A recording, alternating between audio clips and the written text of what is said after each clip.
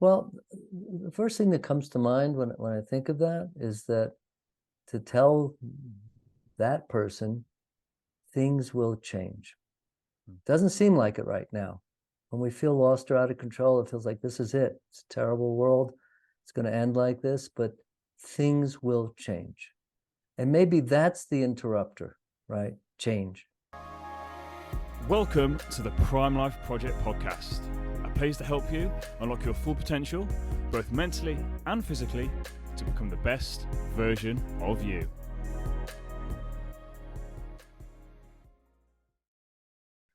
Welcome back to an episode of the Prime Life Project podcast. I'm your host, Daniel James, and today I want to talk about kindness. Today, I've got a really interesting guest. It's a topic that I've not really spoken much about on the podcast, but it's something that I talk a lot about when it comes to my clients, and that is kindness. And the gentleman today has wrote a book called Practice Intentional Acts of Kindness and Like Yourself More. And my guest today is Mr. Alan Questel. Alan, how are we? I'm good. How are you today? I'm very well. Like I said, this topic, acts of kindness, it's something that we all wish we could be kinder, I think. I think we can all agree the world needs to be a bit of a kinder place. But Sure. It's kind of where we fall short. So that's what I kind of want to delve into today. But before we do, what made you write this book? Like, why did you feel compelled to write a book on this topic? Yeah, there were a few things, actually, a number of things that led me up to it. So one of the things I do in addition is I teach the Feldenkrais method. And there's two modalities to that. One's for private work and one's for classes. And in the classes, the movements are done in a very slow, small way that allows your attention to wander through yourself more and discover things. And I was putting together a workshop on self-image, and I started to think that our self-image was really a reflection of how much we like ourselves or how much we don't like ourselves. So if I have a good self-image, I like myself. If I don't have such a great self-image, I don't like myself. And after playing with this idea over time, I decided that this was my job, to help people like themselves more. And it's funny because when I asked that, I asked the question in any group I teach in, is there anyone here who doesn't want to like themselves more? And I always get this kind of sheepish smiles, and stuff. Of course, I've never met anyone who doesn't want to like themselves more. And in the movements, what I started doing was asking people to move in a way that they like the way it feels. Now, you have to consider that this is a context that's not considered to any great kind of success, that most of us, when we want to like ourselves more, it's attached to something external. We like ourselves more often by acquiring things, whether it's a new shirt or a car or a home or a partner, that these are the ways that we satisfy this need to like ourselves, which is appropriate and great, but it's always based on something outside of me. Like, I don't know if you've ever had the experience of buying a new car. You buy a new car and you're driving around and you're just feeling great. And that lasts for a year until the next model comes out. And all of a sudden you're looking at the new model, wishing you had it. And all of a sudden it's like, this is not something that's sustainable. So my interest has been, how can someone find a sustainable way to like themselves? Now, this process is intrapersonal within myself. And then over time, I have been thinking about how can this become more interpersonal with others? And one day I happened to do an act of kindness, and I noticed in the next moments, I liked myself more. And I thought, that's it. That's the key. By generating acts of kindness, I can help myself with my self-image. And it's not I'm just going to do a bunch of kind acts to like myself more. It's really to find out that act of kindness is a connection within myself, with myself, and with myself and with others. And so that was like one of the key things that really led me to write the book. And if I can tell you one more short story that was another big part of it. So my father, in the later years of his life, he ran out of money. And fortunately, my brother and I could help him and support him. And then he developed dementia. And he was living in Florida, and it was the late spring, and we had to put him in a home finally. And it was a nice home. It was pretty decent. And I knew my stepmother was going to New York for the summer, and he was going to be all alone. Now, the funny thing was, I was never really close to my dad. We didn't have a bad relationship, but there was no real strong feelings from my end, at least. And then I got it in my head to call him every day since he was going to be alone. And I lived in California at the time. And so the time differences worked out really well. And I started calling him every day. And sometimes he was talking gibberish or had put the phone down and still talking. And I did that for 3 years. And it really taught me a lesson about the act of kindness. That kindness needs to be an action that's taken in the world that's concrete. And so I'd say those are two of the things that really led me to write the book. And here we are today. So I want to delve, there's lots of here to delve into. So I just want to sort of loop back a little bit. I want to sort of talk about this self-image, because I think this is something that a lot of people struggle with, having a negative self-image. Now, from you just talking there, I just wrote down some notes. And for me, I think a lot of people have a poor self-image because they want to be, let's say, good people. They want to be a nice person, kind, caring, all that sort of stuff. Yet they don't have much evidence for it in their life. It's hard because people don't practice gratitude. They're not actively aware of all the little things that happen every day. So my understanding of this from what you've said, correct me if I'm wrong, is that by doing these intentional acts of kindness, it gives you proof, physical, actual proof that you are a good person, which will then improve your self-image because it gives you facts to back up. Well, I am a good person because I'm doing these intentional things. Is that kind of, am I along the right lines with that? You're definitely along the right lines. But now the thing is, like in my book, I start out, I think most people expect me to say, okay, this is how you're going to be kind. I don't start out with that. I start out with, let's make a list of places you already are kind. Right? So we start with what you're already successful at, what you can do, what you can identify, and then you can build from there. But the important thing about becoming kinder is that it's a forever now process. It's not a place, oh, now I'm kind, I'm done, I don't have to think about it. And in fact, I found for myself personally that I would say I'm pretty good at doing all the things that I write about in the book. And what I didn't realize, and it kind of bit me hard afterwards, was that now the next levels for me to be kinder seem even further away. So there are the everyday levels of kindness, but we need to practice them, right? But then as we get good at those, then the next level to really feel myself to be kinder is more of a challenge. And I present it that way. I said, this is not a light kind of, you're going to be happy by the end of this book. This is a workbook. This is something that you're going to have to pay attention to and practice. Really, practice is the key. Are you saying that this is a skill as well? So if you're practicing it, then kindness is then a skill, which then means it's a perishable skill, because obviously you can develop a skill, and then it means you can also lose the skill. So my understanding is that you practice it, you get better at it, but to be a master at it, you kind of have to keep on doing it and almost check in with yourself. Is that correct? Yeah, it is. But even the word, like, to be a master at it, I would say that I'm mastering it. Because I'm a master in many domains of the things that I do. People talk to me in Japan, I'm sensei, I'm a master, all that stuff. And I'm never very, very comfortable with that word, because I'm still figuring things out and learning things, you know? And, you know, you spoke a moment ago about self-image. And it's an interesting thing, because self-image, it's what's called an explanatory principle. It describes a phenomena, but you can't hold it. Like gravity. I can drop something and demonstrate gravity, but self-image is something that it's a representation of myself, how I think of myself, how I feel about myself. And I can say that children at an early age have a self-image, but their self-image is usually very positive and not very self-conscious, right? And so when does it become self-conscious? When they evaluate themselves, when others evaluate them. And here's maybe a different understanding of self-image, so that we can look at self-image as being comprised of our thinking, our feelings emotionally, our sensing, how we take in and process information, and our movement, our actions in the world. And a change in any one of these aspects is the potential to change the other aspects. So to change how I think may change how I feel. If I change how I move, it may change how I sense.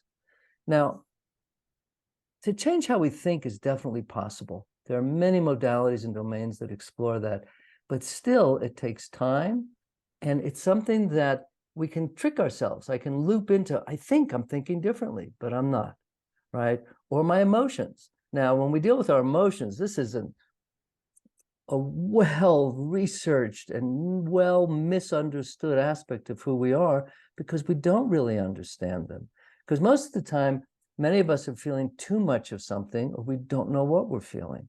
And how can they change? They can change quickly. The best model I think of for that is a baby crying.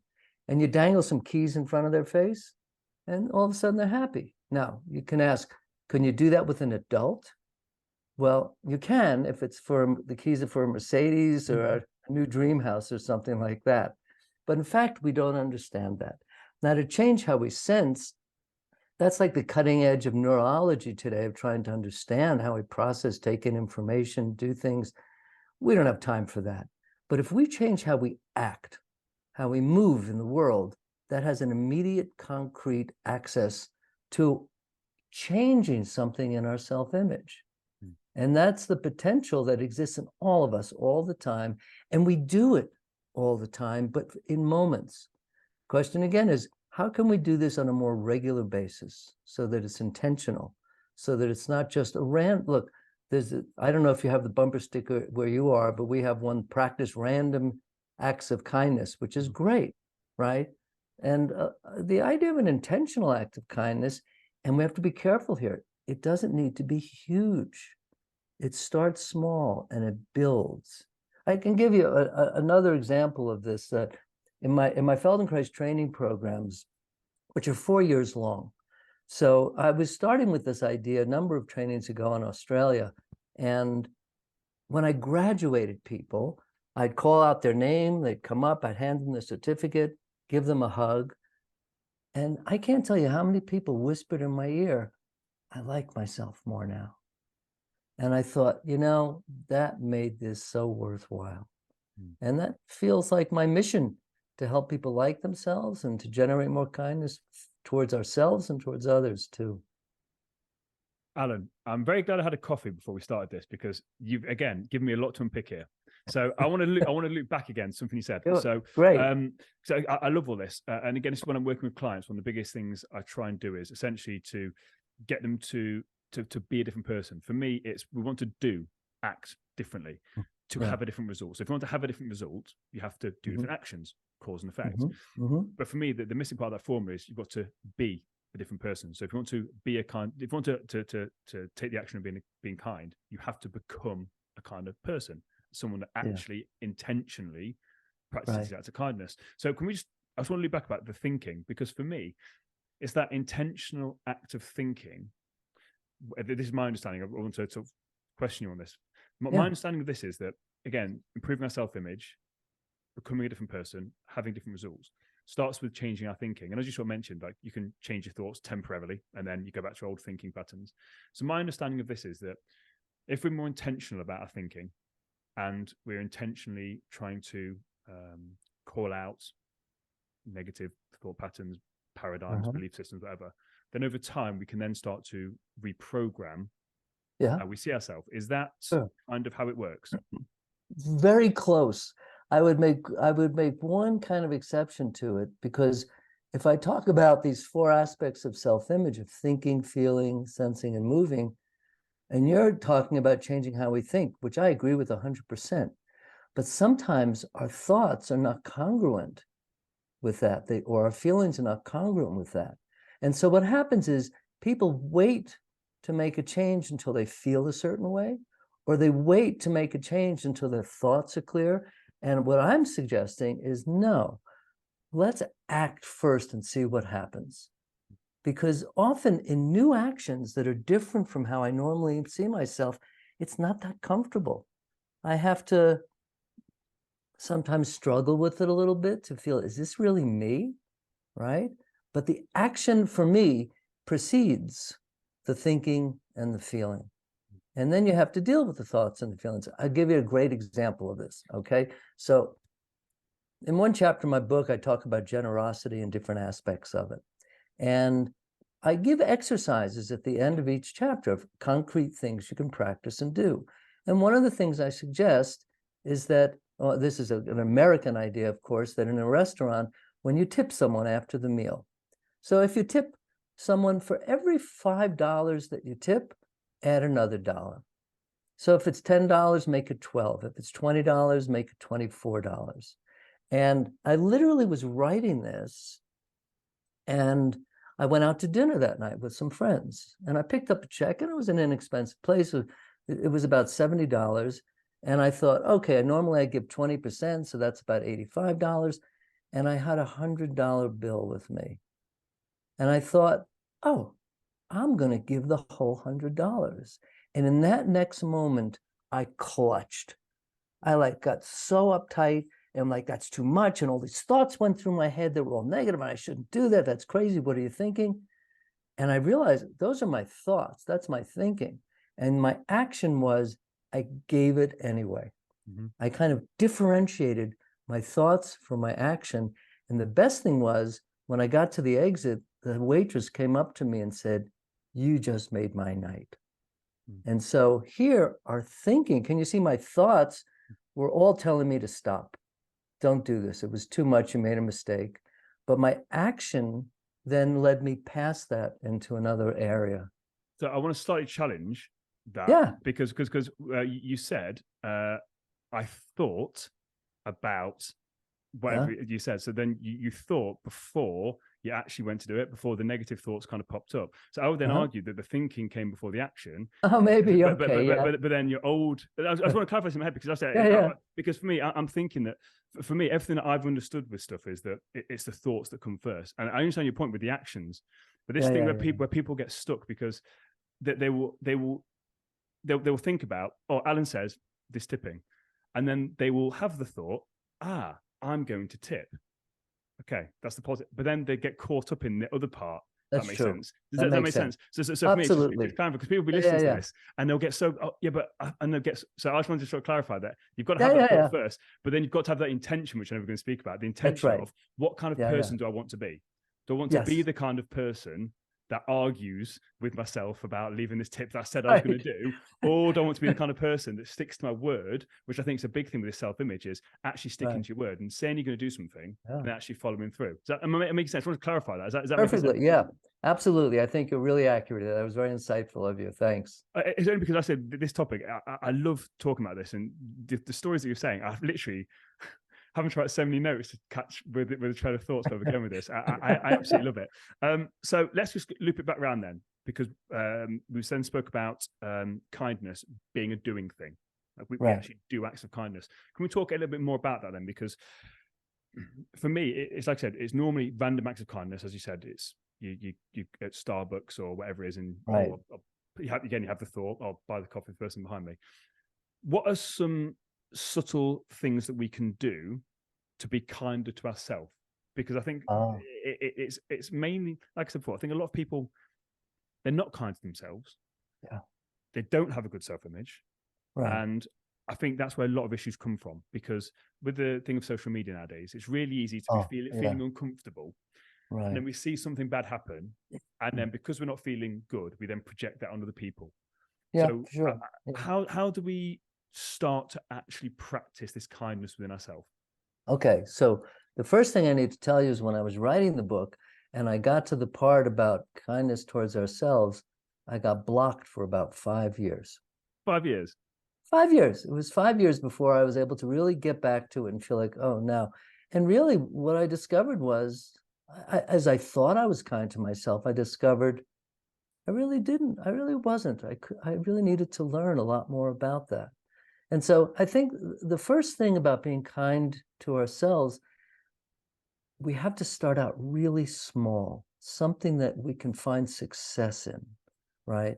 Because often people's ideas of being kind to themselves, they overwhelm themselves right away with all these shoulds and what could be and all these things like that, as opposed to saying, can I do something really tiny every day towards myself that will help me like myself more. So I see these things as, intrinsically related like that. So what kind of things could we do? Well, I have one thing I talk about called intentional chit chat.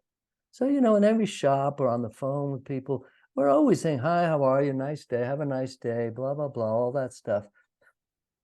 But then, is that really a sense of connection by doing that? I don't think so. And I think that the people's desire to be kinder to themselves is, I have a quote in a book from a Zen teacher I had. It said, we can view our desire to change as an act of aggression towards ourselves. Can you say that again for me? Yeah, sure. When we can view our desire to change as an act of aggression towards ourselves. Ooh. So you're basically destroying that old identity. So it's That's like, right. Yeah. But can we really destroy the old identity? I don't think so. I think we can add on to it, evolve it, change the proportions of it in terms of who I am. So something like that means maybe, and again, I think it's much harder, as was my experience, to be kind to ourselves than to others. But then if it's intentional, I can do a small thing like I'm in the grocery or something and talking to someone and just stopping and saying, so how's your day going? But not just how's your day going, to really look at the person and ask them the question. I had a good friend who was a neuroscientist. Unfortunately, he just passed away. And I actually got this idea from him probably 40 years ago. We were in a bank in New York, and he was in front of me online. And he got up to the teller, and he said to the teller, so how's your day going? And it shocked me. I looked up like, what? And the teller kind of got stunned for a moment and then said, it's going pretty well. How's yours? And all of a sudden, there was a feeling of connection, right? And so I think that an easy road towards being kinder to ourselves is finding the connection to and through and with others as well, okay? And then we can look at things like doing things. Like many times we feel we're in a relationship and we wish the person would do this or do that, or we want certain things. But then there's the question, can I do it for myself? That's a tricky thing. I had the fortune and misfortune when I was in university of getting caught shoplifting. And I took things that I needed. I wasn't, random about that. I wasn't careless. But I got caught and they put me on disciplinary probation for a year. And of course I had to behave, otherwise they'd kick me out of the school. But the interesting outcome of that was, wow, I realized that I shoplifted because I didn't know how to ask for what I wanted or needed. And so it's these seemingly bad events that can turn into a real gift to understand something like that. And I think that a lot of the way we can become kinder to ourselves is to change our perspective. And that's true in almost any kind of change, is to broaden our perspective, to get a bigger picture of something rather than staying locked into a small detail. And these are the kind of things where, I give exercises for people to do, that it's not such a, here's a great example of it, I think, okay? And now this doesn't fall directly into the purview of being kind to myself, but then again, it does. So when I was 19, I moved out of my parents' house. And what I discovered at 19 was, I'm not good at anything. That was my self-image. I was an abject failure at 19. I mean, you haven't lived long enough to be a failure, right? But I was already a failure. And then I got it in my head, I'm going to learn to do one thing well. And I picked brushing my teeth. And it was a great choice because it was something I did every day, a couple of times a day. If I didn't do it, no one knew. Maybe the dentist, but he already knew, right? And so I started practicing brushing my teeth every day. And there's an intentional act towards feeling better about myself. And over time, as I did that, what I realized was that all of the injunctions that I created about not brushing my teeth, that I was doing that in other areas of my life. And that by doing this one little thing well, I was able to do another little thing well, and then something bigger well, until I felt like I had the means to do things well. I understood myself in that way. And I would say that liking myself, I mean, to me, that's a direct correlation to being kind to myself, right? To caring about myself.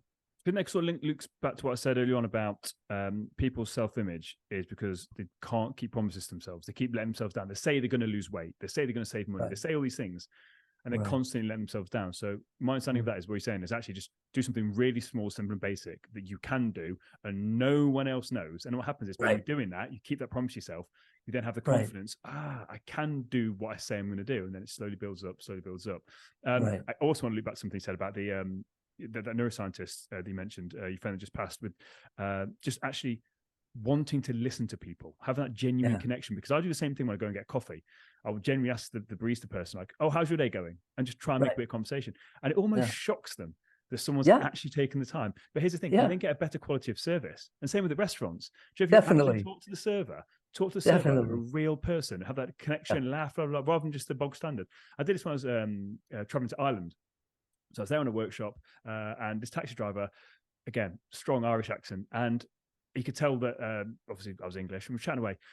I just started asking him about himself, just genuinely asking him about certain things, and then he gave me so much information about the area. When I went to Barbados, the same thing. So I was taxi driver, and I basically said about, "Oh, you know, how have you guys dealt with the last 3 years and so?" And then he was like, "Oh, it's been devastating." I said, "Oh, tell me more about that." And then by the end of it, he was telling me all the best places to eat and all this stuff. He went, "Oh, you guys have been amazing. If you need anything," and what it is actually taking the time rather than just "Oh, what time did you finish?" "Oh, just I'll get her this," whatever. It's just actually saying, "Listen, like you're going to be serving me today, or you're driving me to where I'm going to go. Let me just find out about this person." And people genuinely love, and they can feel it, and it makes you feel good that they're there expressing themselves. That's right. It's so cool. That's right. That's right. But you know, where this is there's a place where this is a challenge. This is a challenge for introverts. Introverts are like, "Oh, I'm not talking to people in the street. No, I don't want to talk to the taxi driver. No. So I suggest to them, do it on the phone. Look, God, you can always hang up if you want, right? But do it in a place where you feel safe. Because we need to respect the different qualities that we have, whether we're introverted or extroverted, and to be able to cultivate it in a way that makes sense to me, to you, to yourself when you do something like that.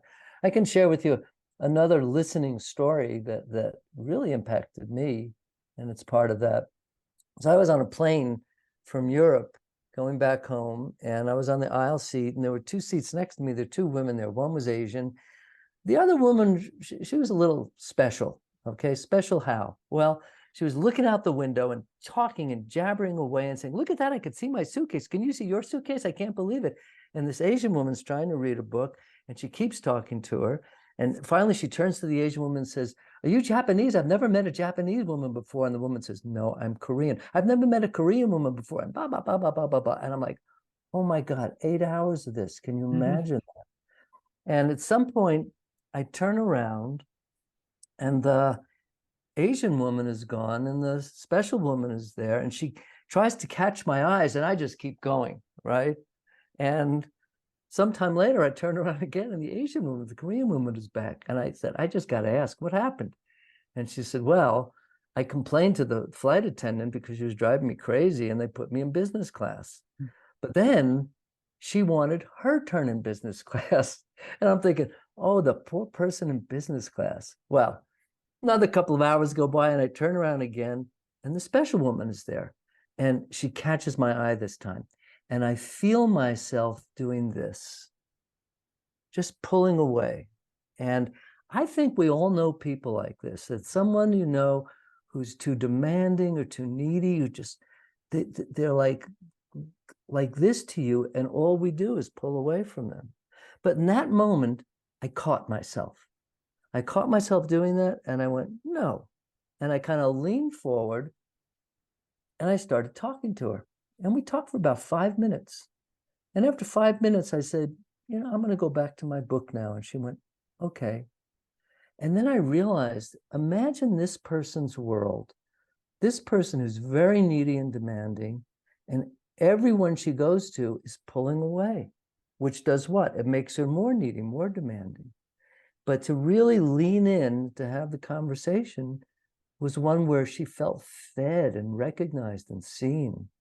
And then it was easy for me to take myself out of the conversation, and she was comfortable with it.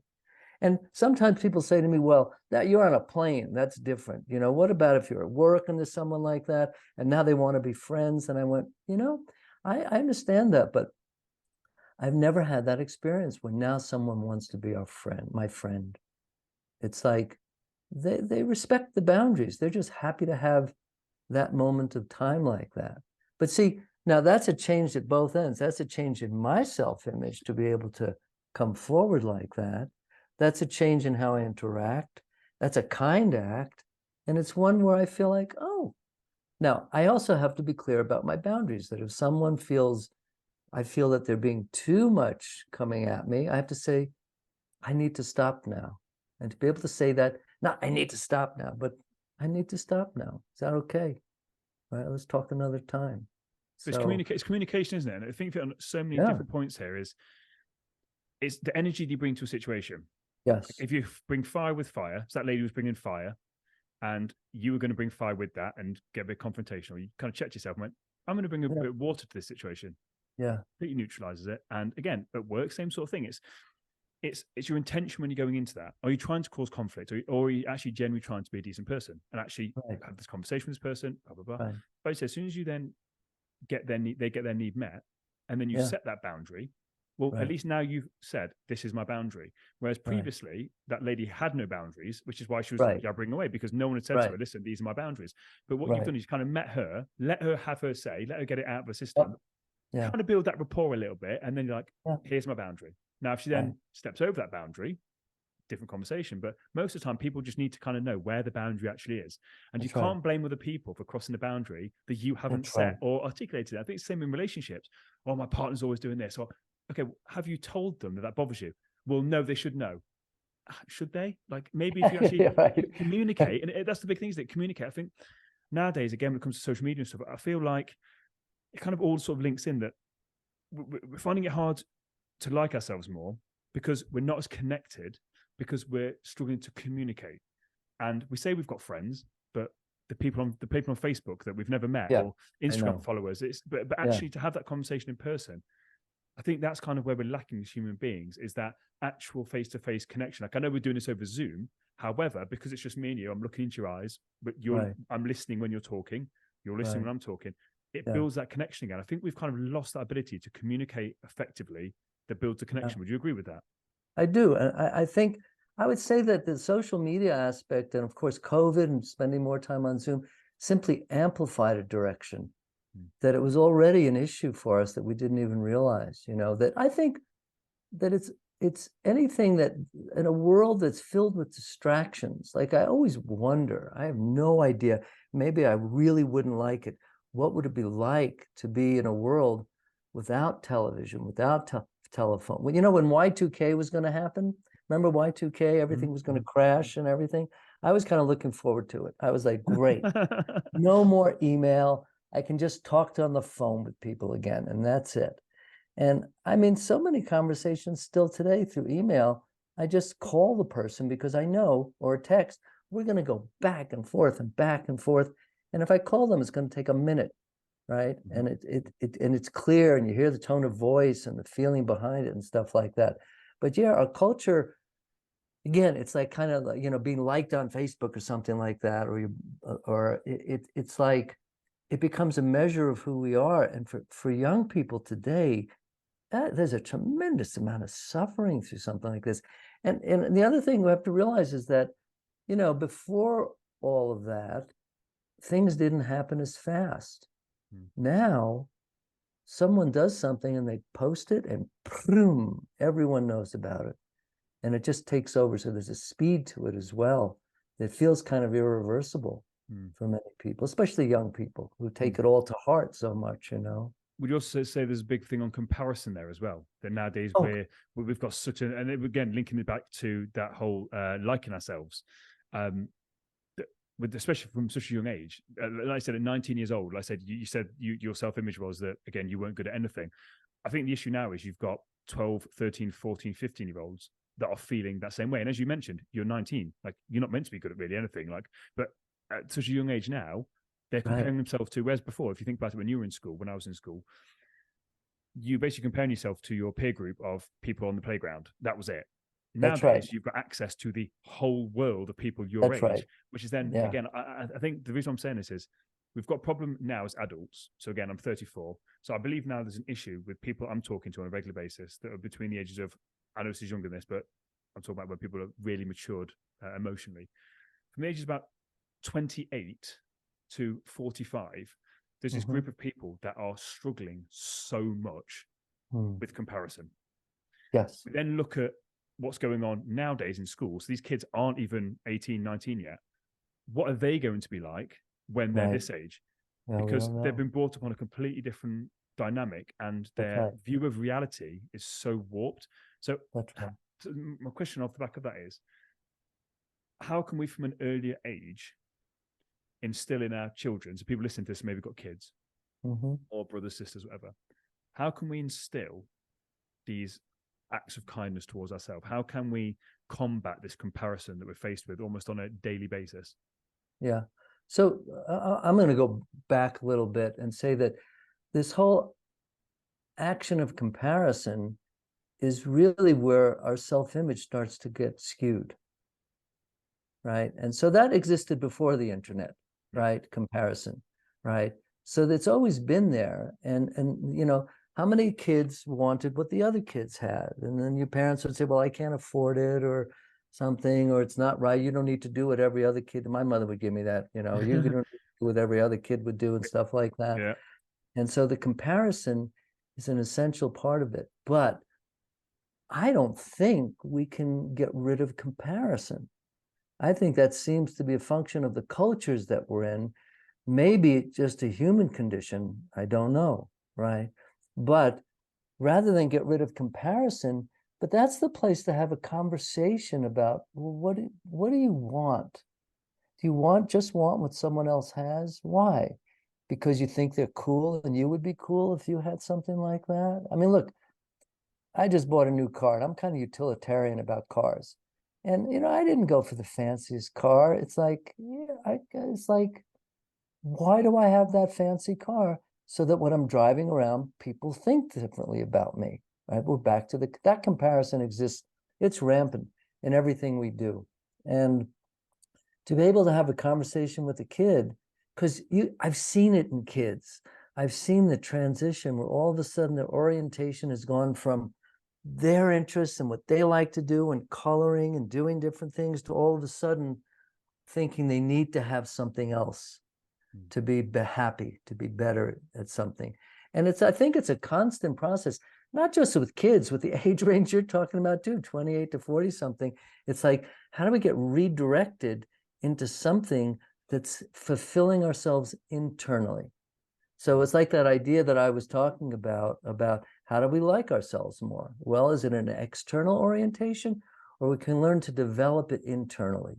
And internally means not just moving in a way that you like the way it feels, but that what are you interested in? What do you want to pursue? Can you find that? You know where I see this? A really clear example of this that's been consistent, I would say, from everything I've seen, is kids that are homeschooled. Kids that are homeschooled are pursuing the things that they're interested in. And that engages them in a different way, right? And so that they still make comparisons about themselves and want things, of course, all of that. And, you know, then there are many kind of schools. I know people in Waldorf schools that don't let their kids have phones or do any social media and stuff, which sometimes backfires and makes them want it even more. Yep. You know, Yep. so it's a tricky thing. And so I don't think there's like a one way to handle all these things. We need many choices in how we do it. And maybe that's the answer right there. Maybe the answer there is, what choices do you have and what choices are you making? So it's not just the one choice. I have to have that. I have to be that way. That can I be different ways? Can I look at all the things available and then choose between what I want? And I would say this idea of want, I'm talking about it in a very big way, that it's the want that we have that makes us want to like ourselves more. It's the want that we have to be kinder. And if we have the want to do something, then I think we can find the path to succeed in it, to travel along it, or to get better at it over time. I think you're right there. So you can't make anyone do anything. So if people don't want to be kinder, then they're not going to be kinder. It's like you could take the horse to water, but you can't make it drink. Or another analogy, you can't wake someone that's pretending to be asleep. Like people can say they want to be happy and kinder, but fundamentally, if they don't want to be happier, I don't know who wouldn't want to be, but okay, cool. Then you just carry on doing what you're doing. And when you're ready, there's stuff out there. I want to talk about awareness because, like I said, for me, the encompassing thing of all this really that we've spoke about in sort of summary is about awareness. Because without awareness, we don't really have anything. And there's a quote here that I got from you on another podcast that said, to grow ourselves, we have to become aware of what we're doing so we can do what we want to do. So can we sort of talk about that? Yeah. Well, we can talk about that statement, or we can talk about awareness first, right? So like if I went out in the street and I stopped 20 people and I said, would you like yourself more? 20 of them would go, okay. Some may say, I already like myself. I said more. Oh, okay, sure. Why not? But if I stopped 20 people on the street and said, would you like more awareness? Some of them would go, huh? What do you mean? Right? So awareness, we're talking about, I think you and I engage in this way, is about being somewhat self-reflective, to grow ourselves, to help ourselves in some way. But awareness is a really tricky thing. And when I teach about awareness, pretty early on, I said, look, I have to be honest with you and give you the bad news about awareness, okay? So the first thing is, when people think of becoming aware, they think they're going to become aware of only the good things. And in fact, the light of awareness shines itself on everything. So when you become aware, you're going to become aware of some dark stuff, right? It's like, this is not so easy to deal with. And now that's the not so bad news. There's worse news about awareness. Awareness is irreversible. You can't become ignorant again. You can go into denial, but that probably takes more work than just paying attention to something. So awareness, we can look at awareness as, what is awareness? People talk about awareness as being the same as consciousness, and they're related. Maybe in our language today that makes sense, but being aware of something is not just paying attention. Being aware is knowing what I'm actually doing. And that's a concrete thing. That's not, I'm aware that something's going on in the room. Well, we need to be aware concretely of what's going on in the room. And I'll tell you, this is, I hope this is along the same track. You'll let me know. This is something that, here's a question I have. So for example, to make a change in myself, to do something, I have to catch myself in that moment and become aware, right? And if I don't do that, I just go on in my habitual way. And I'm still trying to figure out how to help people open themselves to that moment of catching themselves. Like one example of that is a mantra I created, right? And so I was flying back from Europe. I'd been teaching there for a month. I was very tired. I'm on a plane. And then I start thinking about where I have to go a week and a half later and all the stuff I have to prepare for that. And I got completely overwhelmed. So here you imagine, I'm in this state of overwhelm, just my mind is racing. I'm feeling terrible. It's like, what's going to happen? But I caught it. I caught myself ruminating like that. And it's that catching that moment that's the thing that I'm trying to figure out how to help people find. What happened was I caught myself in that moment, and I came up with a question. I immediately said, Alan, is this a good time to be thinking about this? And the answer was a blanket no. this is a terrible time to be thinking about this. You're tired, you're on a plane, you can't do anything, you don't have materials to prepare. What are you thinking about all this stuff for? And you know what? I started to settle and calm down for about an hour. And then after an hour, the noise picked up again, and then I went, oh, wait a minute, I'm doing that again. Oh, is this a good time to be thinking about this? No. And as a matter of fact, every time now when I catch myself in that kind of state and I ask myself that question, the answer is always no. Always no, right? It's like this, it's like, what am I doing? I'm just making myself crazy here.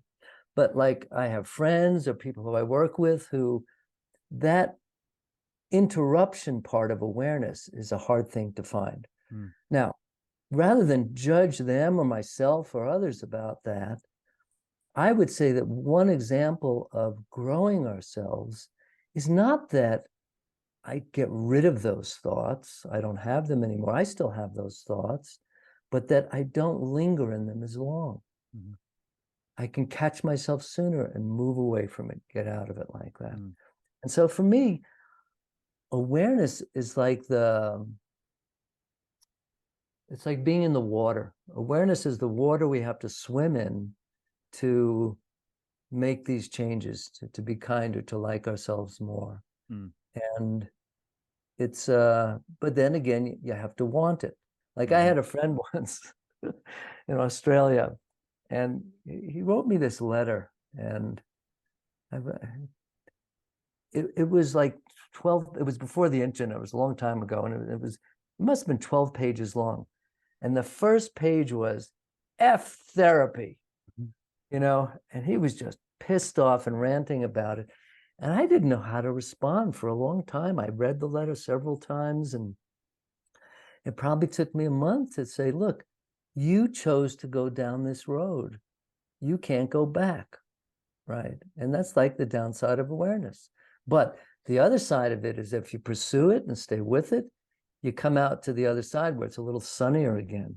It's not that there aren't dark moments again, but it's a process that you need. I think we need to be committed to engage in. Yeah. I love what you said there again about when you become aware, it's the good and the bad. And I think that it starts off and you're aware of the good. And then I think then very quickly you become aware of the bad. And that's when people stop down this journey of self-awareness, because they become aware of all stuff and it gets a bit tough. They become aware of things that aren't so great. And then I'm just going to pretend this didn't happen and carry on with their lives. I think it's interesting seeing there, because you mentioned about when we get stuck in those negative thought patterns, the key is to become aware of it in the moment, that you can't do anything in the past or the future. It's only in the now you can do something about it. Now, something I teach my clients about this is that thing of self-reflection. So once you get yourself into a tizzy, can you just reflect what was going on? Because the more you start to notice your patterns, you can then catch yourself when you're getting into that state before it kind of becomes a thing. I'm starting to feel that way again, where I'm about to go into that negative thought spiral. So they get aware of themselves. It's that, right, so I've just spent the last hour ruminating on my ex-partner. Why did that happen? And then you kind of notice that it started with maybe, I don't know, something popped up on Facebook memories or something.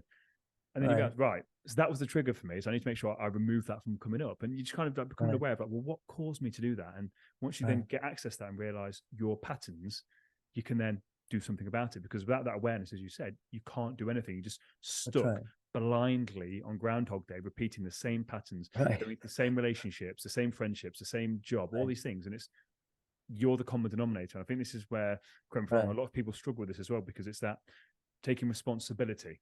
Once you realize that your life is a collection of your past thinking, your past actions, and if you don't like it right now, it's taking responsibility of, this sucks, but actually I can do something about that. And then kind of empowering people. So I agree with you 100%. And for me, there's what I always am looking for is the concrete thing to do. So I give you, I'm going to kind of read you something from the book. Absolutely, of course you can. Yeah, so it's a quote actually from Ram Dass. He says, when you go out into the woods and you look at trees, you see all these different trees, and some of them are bent. You sort of understand that it didn't get enough light, so it just turned that way. And you don't get all emotional about it. You just allow it. The minute you get near humans, you lose all that. And you're constantly saying, you are to this and I'm to this. The judgment mind comes in. And so I practice turning people into trees, which means appreciating them just the way they are. So I mentioned earlier that, writing this book put me in a position where, like, the next step for me to be kinder was like a big, like the rung on the ladder got unreachable almost. And I would say that, one of the things that I do, and I think we all do, but I'll just speak about myself, is that I make up stories about people. I'm at an airport and I'm looking at someone and I'm making up some negative story about them or even a positive story about them. But it's a story. And living with this quote for a while, so I was somewhat aware that I do this with people. I am aware of it now, and I'd been aware of it for a while, I think. But how could I interrupt it? And so, like this quote, I can't carry this quote around with me and say, oh, I got to read this quote again. That's going to take too long. By the time I do that, it's like, who cares, So what I've started to do is to narrow it down into one word. So if I catch myself doing that, I just go tree, and it's like the story just dissolves and I'm just seeing another person, right? And so all the habits, the patterns that we're in of the same thing over and over again, I think there needs to be a very clear one syllable word that I can pop myself away from it. Okay? Because if I go into look, a mantra is a great thing and it helps many people, but it's too long, right? And I've got to say it every day, and I've got to work with it like that. And it's like, can I just find some little thing that lets the light in all of a sudden, right? Just a little crack, I love that. Lets the light in. I can just see. So one of my missions, or my big mission, is to shine light into people's lives where there's darkness. And me too. As soon as you've said that, I just picture someone in darkness and just a word and just a little speck of light, a little grain of, and that's it. As soon as you've got that one light, you give people hope, which is fundamentally all trying to give people hope that things get better. And I love the idea that you've said there about just having that one word, just a pattern disrupt. That just you catch yourself, and it's just I think that's honestly, this last 5 minutes you've gone down here. Like, it's one of my favorite 5 minutes. Absolutely incredible. Now I'm really respectful of your time, so I just want to ask you one final question. I ask all my guests. Okay. Alan, this has been a fantastic conversation. I really appreciate your time and the value that you give my audience here. I've had a great time too. I appreciate it. The final question is, and again, you can take this on either summarizing what we've said before or give a completely different answer that comes to you. What advice would you give to people or someone right now? What advice would you give to someone that's listening to this podcast that feels lost and out of control with their life right now? Well, the first thing that comes to mind when I think of that is that to tell that person things will change. Doesn't seem like it right now. When we feel lost or out of control, it feels like this is it. It's a terrible world. It's going to end like this, but things will change. And maybe that's the interrupter, right? Change. But then you can go loop right back into it. But when is it going to change? I need it now. So then patience. Change and patience are the things that can allow us to see the light at the end of the tunnel, the hope, see the possibilities. And I'll add a third word to that, choice. To really think about because someone who feels that way, in my experience, doesn't experience many choices. They feel like they're stuck. There's no choices. So that's the thing. How can you generate choices?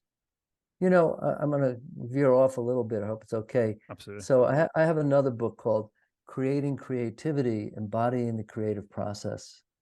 And when I ask people, I ask this question to groups. I say, how many people here feel you're creative? And a number of people do that. And some people do that. And some people just do that. Right? So just for people on the audience, some people put their hands straight up, some people kind of apprehensive, and some people kind of put their heads down. Just so the audio listeners this, Good. Yeah, thanks for that. And now Then I ask another question. I said, do you know someone who's more creative than you? And everybody's hand goes straight up. Everyone knows someone who's creative. So what's the difference?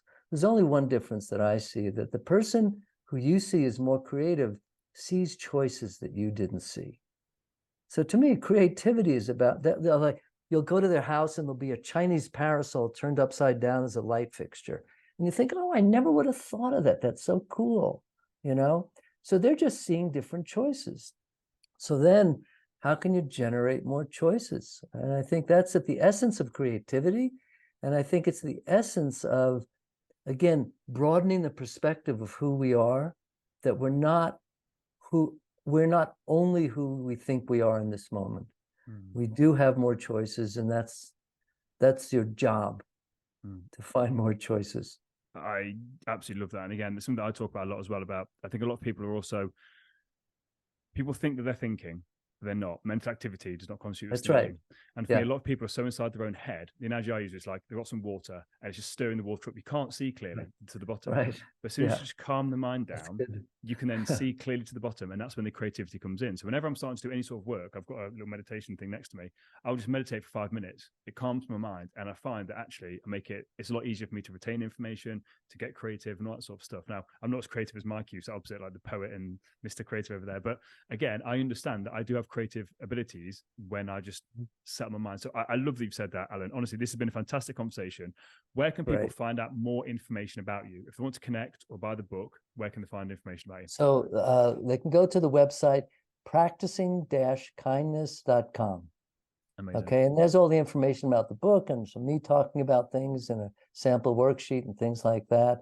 And then if they want more information about me, they can just Google me. I'm all over the place there. So I have a few other websites, but they can start with the Practicing Kindness one. And it goes back to what we said off air about your last name. There's not many Questels out there, so they're all going to just Google you, and it's going to you won't find many. Not that many. Yeah, for sure. Alan, thank you very much for your time today. It's been incredible. Thank you so much. I really enjoyed our conversation a lot.